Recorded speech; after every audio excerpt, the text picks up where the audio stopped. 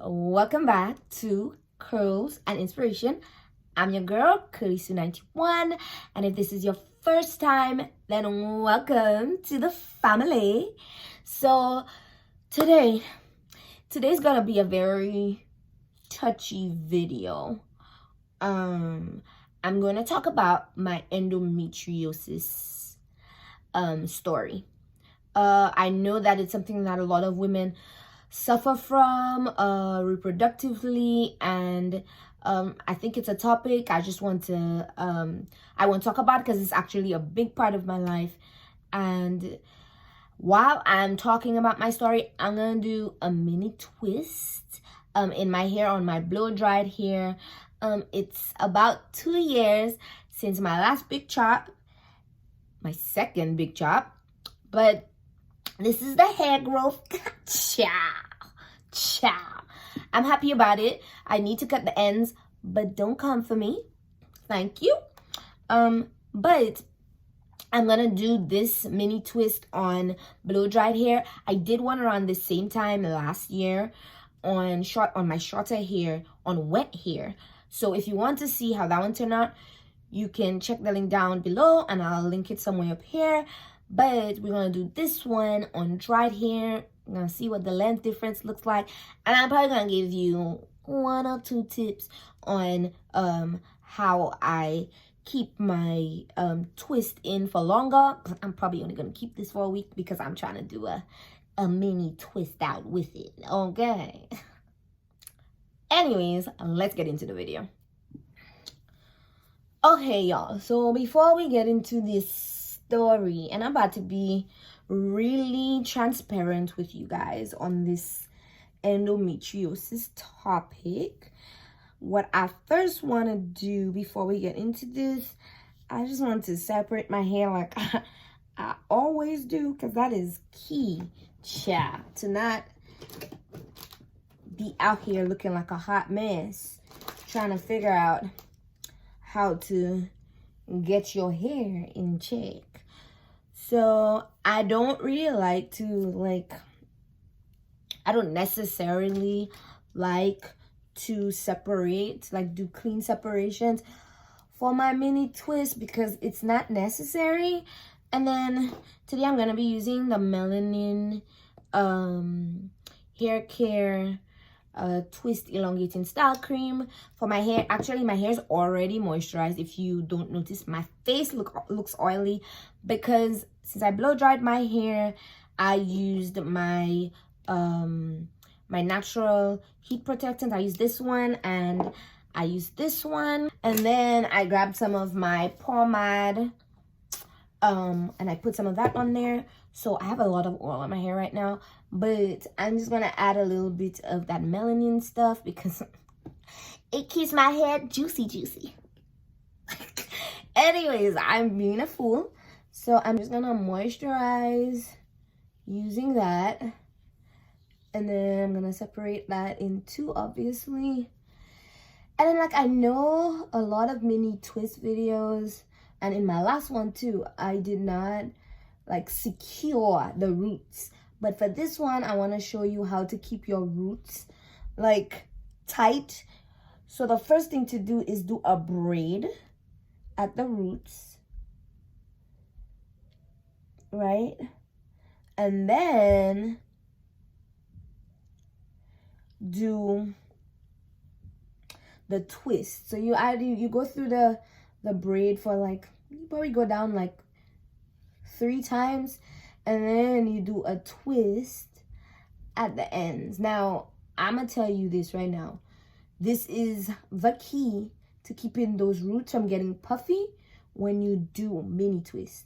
Now, I may not do that all through my hair. I'm just gonna tell you. That's what I do so that it doesn't get puffy. But I can't promise you I'm gonna do this all through my hair because it takes some time, child. It takes some time. Okay, but let's just hope that's what I do. Let's hope I decide to be good. Okay, so this is what the roots look like when I braid the roots. I hope you can see that. And then this is the length of those mini twists. Child, this is gonna take a while. So we're gonna be here for a little bit. So we might as well just get into my story. All right, I did like a little chit chat in last year's mini twist video too about how the hairdresser screwed up my haircut, and she really did. But she really did jack up my hairstyle. But that's not the topic for today. I'm going to talk about my endometriosis. So I have a few points because I don't want to miss things. So if you see me looking down, it's probably because I'm checking to see if I'm on track. And to be honest, I can really get away with talking. So I want to stay on track because I know this video is probably gonna be a little long and I don't want to make it longer than it should be. Okay. All right, so let's go way back. Let's go all the way back to my first period.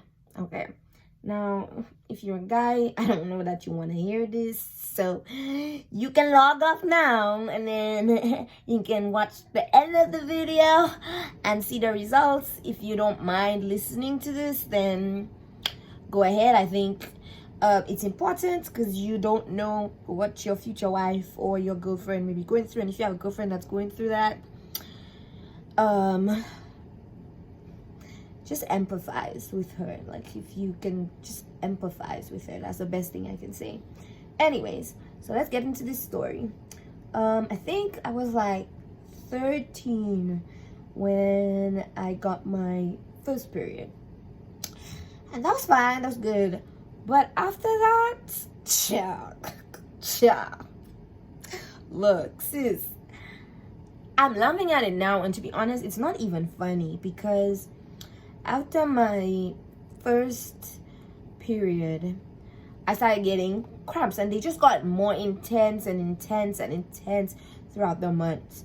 And so I started to take painkillers for them, and more importantly, I started taking ibuprofen painkillers. Now, I come from the Caribbean, so in the Caribbean, you don't need a prescription for painkillers at 500 milligrams, right? But my pain was so intense. I started taking like Tylenol and stuff like off the counter, but my pain got so bad that those didn't work anymore, and so those didn't work anymore over the years, and so I started getting the 500s. Now you can get the 500s like from the pharmacy. You have to get it from the pharmacy, but you don't need a prescription to get it, at least when I was there. Okay, so I would get the 500s or the 600s or whatever that high dose is, and I would probably take 4 of that a day. So think about it, I'd probably take about 2,000 milligrams to feel any sort of like pain relief for the day. And the recommended, I think, dose for the day is 112. Is 1,200, and I was taking 2,000 or more. And so like my pain was just bad, like rolling on the floor, crying. My mom wanted to take me to the hospital. Like, my pain was excruciating. I don't know if there's any way to describe that type of pain.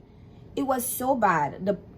Taking 2,000 milligrams or more of ibuprofen a day gave me stomach ulcers. So imagine having this excruciating period pain and also having stomach ulcer pain, which is bad, like intense.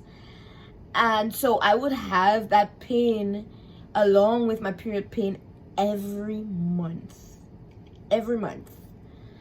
And so my mother was like, I'm done with this. I can't do this, because several times she wanted to take me to the hospital, and I didn't want to go because I hate hospitals, and I didn't want to go. Anyways, so when I was like about 18 or 19, my mom was like, I've had enough of this, and you can't always be in pain like that. So she was like, we're going to a doctor. So we went to a doctor, and then the doctor was like, you've been overdosing on painkillers. And considering that your pain is that intense that you're overdosing on medication, I would give you some prescription painkillers, but they're highly addictive. And she's like, I cannot be guaranteed that you're not gonna overdose on those. So she's like, I'm gonna give you birth control pills.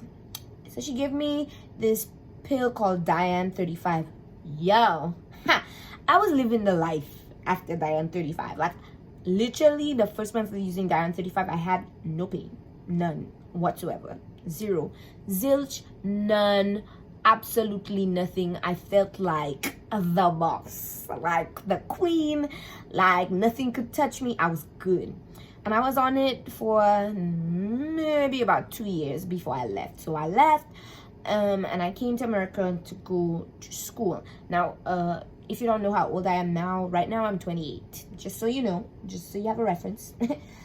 And then when I got up here, I found out that Diane 35 was banned here. Like, Europe still sold it, but it was banned in America by the FDA. So your girl had to find another pill. But I was like, you know what? I've been feeling good for this long. I'm probably good. It's probably not going to come back. I'm probably going to be Gucci, right? I lasted probably 3 months. And then the pain started like slowly coming in again. And then I started taking painkillers again because I didn't want to go back on birth control here that I didn't know anything about. And so I think like maybe for like a year and a half, I was just on painkillers, but the pain was intense and the painkillers started not working again. So, and I would have like a friend of mine like bring me the ibuprofen from back home, which is like 500 milligrams, because your girl did not want to go to the doctor. Anyways, finally it got really bad, and it got bad to the point where I was always rolling on the floor every month. And my boyfriend at the time was like, I can't see you like this. Like, he was like, this is bad. So anyways, I went to the doctor, got me some, I think it was tricycline something. I don't even know what the brand was. But then I started taking that for a couple months. And then it was making me break out. But it wasn't too bad. But then the thing is, I was still experiencing pain even while I was on it. So I was taking that for a while, and then I got off it. I graduated, and I was like, yo, I want to do the natural thing. I want to go the natural route. You know, I'm going to do all of this naturally, and I'm going to be Gucci. So like for a year or a year and a half, I was using 2 products. What were the names? Let me see if I can remember. Several days later. All right, I'm be real with y'all. So I went all the way into my into my Amazon cart to find the name of this thing. So I used to use Vitex. It's chasteberry, and I used to use black cohosh and turmeric. And listen, that was my way of doing it the natural way. Like, I'd done a bunch of research, and a lot of people were saying like those were really good things. Turmeric is actually a blood thinner, so it helps with like blood clotting and all that stuff, especially during your period. And turmeric stopped working for me because I actually used to use it back home. Like, my mom used to give it to me back home. So when I tried it here, it just didn't work for me. But I was using Vitex and that black cohosh for like a year and a half or something. And to be honest, my experience with that was I was still getting cramps. I guess they weren't as bad or like intense, but everything went to shit in 2018. Like all bets were off the table, and my cramps were like, we don't give up. So what started happening was I would not be able to go into work for at least 2 to 3 days after my period. Why? Because I would have paralyzing pain. Like, I get pain before my period that tells me, okay, your period is about to come. I was getting pain during my period, which was like hell of intense. But I had never felt pain after my period. And like for 2 to 3 days after my period, I'd have to call into work sick because I literally couldn't even get off the bed. I could barely even walk to the toilet, and when I did, I could barely even sit and pee. Like, I was in pain and I was hunched over the whole time because the pain was all the way like from my spine to my feet. Like, it was so bad. And when I realized like that was happening every month, like, my work was very sympathetic or very empathetic towards the whole situation. I worked as a scientist for a medical device company, and my boss was like super cool. But I was like, this makes no sense. I have to take days off just so that I could recuperate from my period. I was like, what the heck? Anyways, the pain got really bad, so I went to the ER or urgent care, and I was like, fix me. And because I don't know what's going on. So when she did like an abdomen, the doctor did like an abdomen test. She's like, you're really, like, you have a lot of activity going on here. It seemed like there might be some inflammation down there, blah, blah. So first she diagnosed me with IBS. This is what she did. This woman gave me these muscle relaxant or whatever pills for IBS and sent me home, and she's like, try these for 2 days. If you don't feel any relief, come back. I was like, okay, cool. I'm gonna do that. I went home, right? And these did shit. They did nothing for me. I was like, sis, I know you said come back in 2 days, but I'm gonna come back now. So the next day I went in, and she was like, okay, it seems like there might be something else that's going on. I got the same doctor.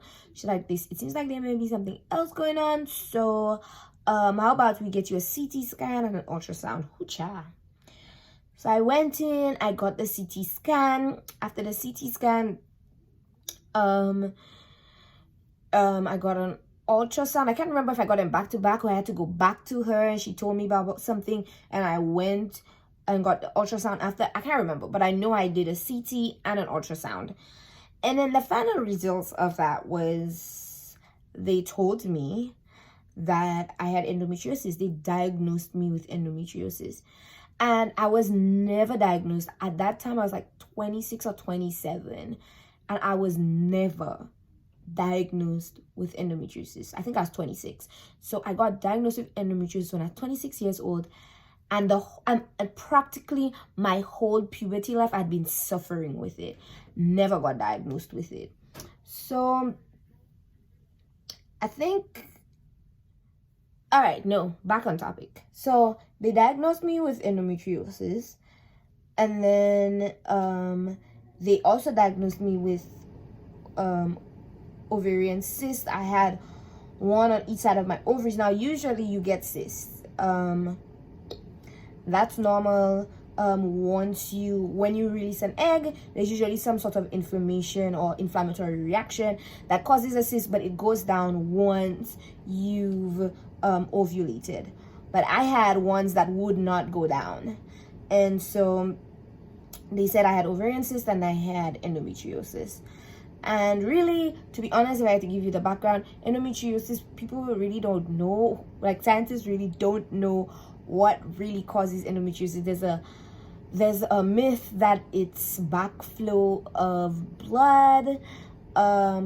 There's a myth that it's women who have more sticky sort of periods, or period blood. And to be honest, there's not a lot of research because there's not a lot of funding. And as a scientist myself, that'd actually be something I'd love to do research in also, because I'm actually suffering from that. And a lot of women actually suffer from endometriosis and have to skip work for a certain amount of time in every month to deal with the symptoms. But after getting diagnosed and getting the paperwork, so you don't get the scan, but you do get like what the radiologist's like final deductions are, or on what's going on or what they see, and having a a radiologist describe my uterus as menopausal was, as I said, undescribable. I don't know how to describe it. It was earth-shaking. It was like mind-blowing. It was saddening. It was like everything I was. Like I was angry, and I was sad, and I was upset, and mad at myself, like mad at the doctors for no reason. It was just like, I just remember being in that moment and like everything just stopping, like everything just freezing, like the time just slowed down for a little while. And like the doctor was like giving me my options, and she was like, you could do surgery because of like how bad we're seeing it. She's like, you could do surgery, or you can treat the symptoms. We would put you on like birth control pills and see if we can, of course, treat the symptoms like the pain and stuff, and then put me also on painkillers. So you put me on painkillers and birth control pills, and then some pre-menstrual pills to help with pain also. And I was like, dang, y'all just gonna drug me up. And like, I didn't want to do surgery. I didn't want to do I know that they have the laparoscopy is a non-invasive procedure. But here's the thing. I was like, okay, if I did do surgery, if I did do the laparoscopy, what would that look like? And to be honest with you, I was not very happy with her answer. She was like, well, we'll put a scope. If you do the laparoscopy, we'll take a scope, we'll go down there, we'll scrape out what it is that we can see and what we can, and that should alleviate your symptoms. Sometimes you go in with the laparoscopy and you realize it's more than you anticipated, and they actually like have to do like a surgical cut, like a C-section, and actually go in there and remove the stuff. And then there are also instances where it's bad, and when they scrape out all what they can, sometimes the organs are not functional on their own, so they do a hysterectomy. And hopefully my case would not have gotten to that, but just the fear that it may get to that was intense for me at the time. And then she went on to say, but even when you do the surgery, there is a great chance that it will reoccur. It will come back again. And then she started asking me questions about if I wanted children. She's like, one of the things that people recommend is that you have kids, because usually people with endometriosis, after having kids, they don't have those symptoms anymore. And I'm like, kids? I was 26.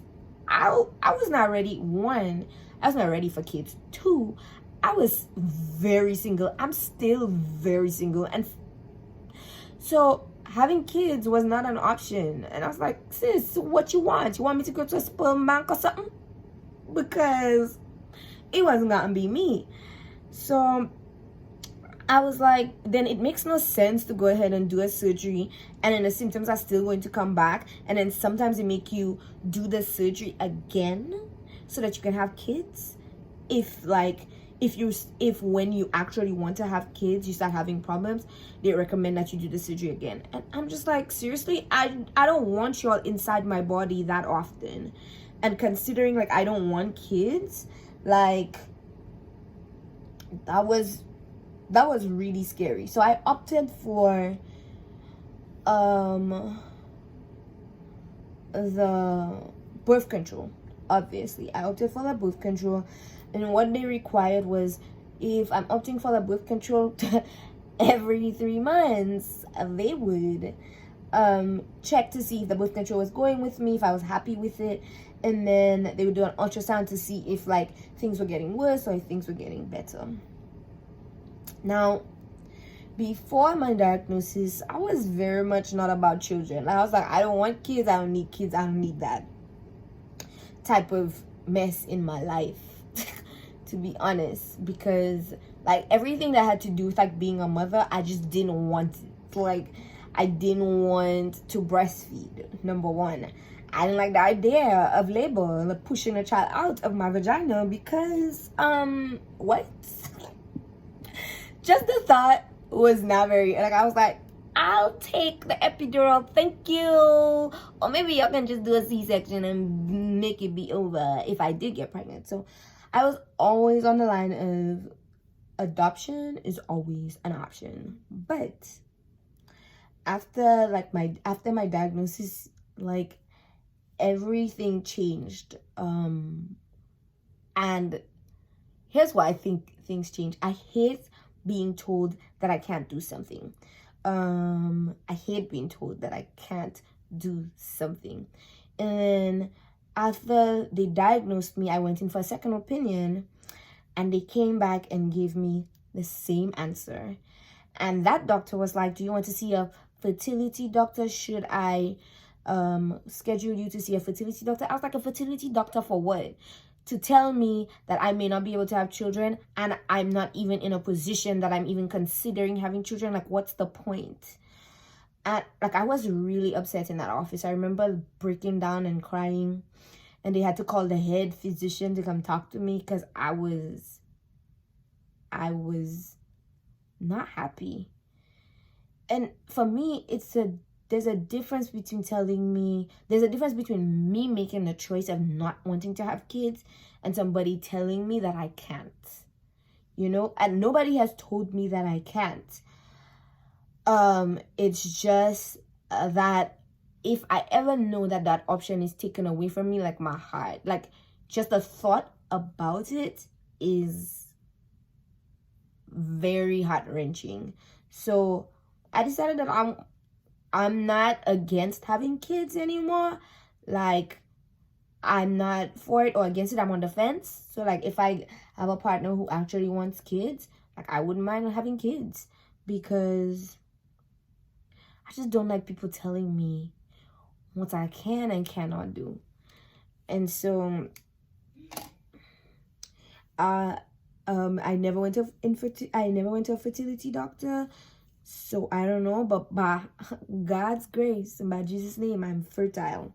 I refuse to believe otherwise. But I just remembering that process being so drawn out, because I was in a doctor's office almost every 3 months, and then they gave me some new birth control pills that had me bleeding for 3 months.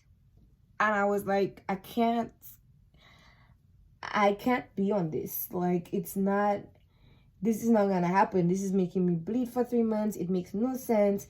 And so they changed the pills. So I've been changing pills for the past, so that happened in 2018. So for the past 2 years, I've probably gone through probably about 4 or 5 different birth control pills. Right now, I'm on this new one called Amethyst. I'm on my first month of that.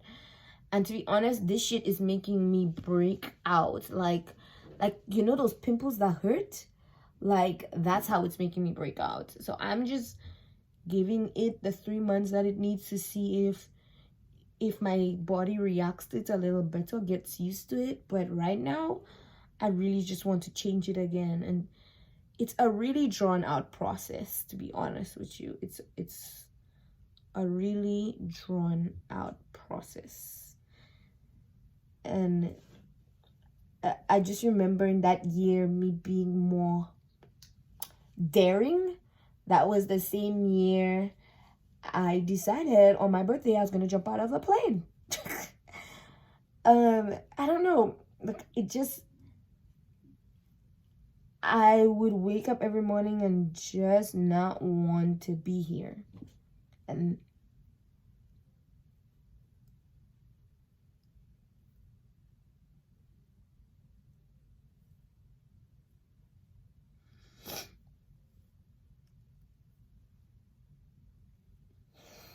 I just remember like not wanting to get out of bed, like being like anxious about everything and being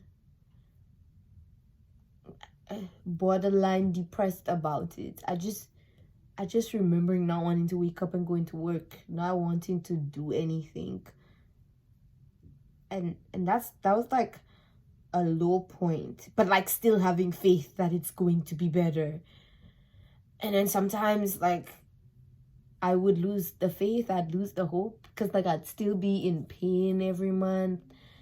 And then I was taking that and painkillers. Imagine, I've been on painkillers since I was 13 years old and I'm now 28. That's 15 years of being on painkillers, which is not good for your liver. So like, of course I'm concerned for my organs and everything else, but like, what else? If I don't take painkillers, I need to take birth control pills. And recently, when I changed my birth control pills, I decided to go off for a month before I went on the new ones. And then literally that month I had my period and I had to drag myself up the stairs. Literally, I could not walk up the stairs. Y'all, endometriosis is real. Like, if you know of somebody that suffer from it, like, don't take it lightly. Like, don't think that they're not in as much pain as they're describing, because I know of people, like, of parents of people who don't believe their kids when they say they're in pain or show they're in pain. And like, if your kid is having painful periods, get them checked out, like, as early as possible. Get them checked out. Yeah, and that's like pretty much my story. I'm living with it. I'm thriving with it. I'm on birth control pills, obviously, because that's the option that I've chosen, and I'm dealing with the consequences and side effects of that, obviously. But until I'm ready to have a child, this is the option that I'm gonna stick with.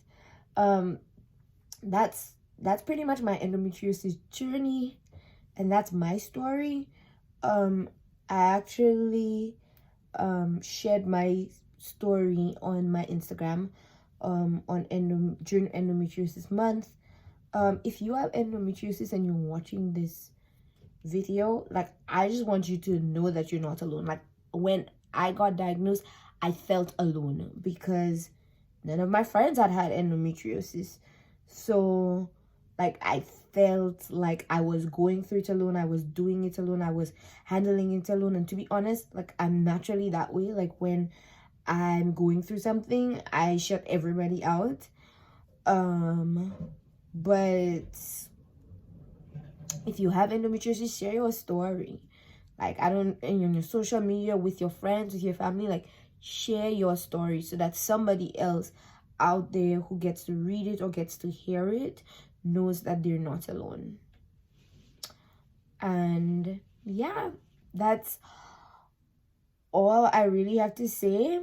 And I will link some endometriosis organizations. Like, it's really good. Like, I follow a lot of endometriosis organizations, and just seeing the support on my timeline, or having a place that I can just go to or look at and like see other people's stories and see what's happening. I think they just increased the funding for endometriosis research recently. So like, having people or knowing people or organizations that actually fund or advocate for women who have endometriosis, it just makes you know and feel like you're not alone. It makes you feel like, yes, you're proud of something. It's not just you. There's nothing that like, it's not just you. There are other people going through this, and there are actually people who want to make it better. So I'll put some of those organizations down below if you're somebody who's suffering from endometriosis and wants to know more and wants to find out more about organizations and support. And that's pretty much it, guys. So this should not have taken me as long as it did, but to be honest, I didn't finish it yesterday because I was tired and I was like, I'm going to bed, and then I finished it today. So don't do like me. And then I did decide to braid the roots for all the plaits, and then I kind of just lost track and got really tired of like separating with my fingers, so I just started like picking out parts and just twisting it. So you're welcome, but this is what it looks like. I am loving it compared to my previous one. I'll put a picture up here. My hair has gotten so much more longer. Like, my hair is so much longer, and I'm just like, yes, for the hair growth. And if you do want hair growth tips, I do have a video. I'll link it somewhere up here, and I'll put it down in the description. But I'm so happy with my hair growth. Like, the year difference from last year doing these compared to now, yeah. Okay, I'm just gonna give you a 360 view. I don't want to keep you too long.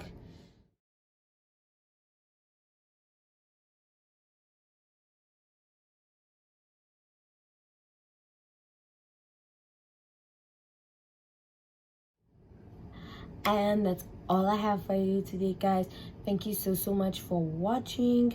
I hope you loved this video, and if you did, go ahead and give it a thumbs up. Comment down below if you have a story to share. Go ahead and share that in the comments, because you're not alone, and you also help other people know that they're not alone. I'd love to hear your stories. And thank you so much for watching till the end if you did, and I will definitely see you in the next one. Don't forget to subscribe if you haven't joined the family yet. We're already here to welcome you, so go ahead and press that subscribe button and hit that notification bell so you're alerted every single time I upload a new video. And if you want to see more videos like this, like videos of me being transparent or talking about certain issues, then go ahead and let me know that also. Just let me know down in the comments. And again, thank you so much for watching. I will definitely see you in the next one. Ciao.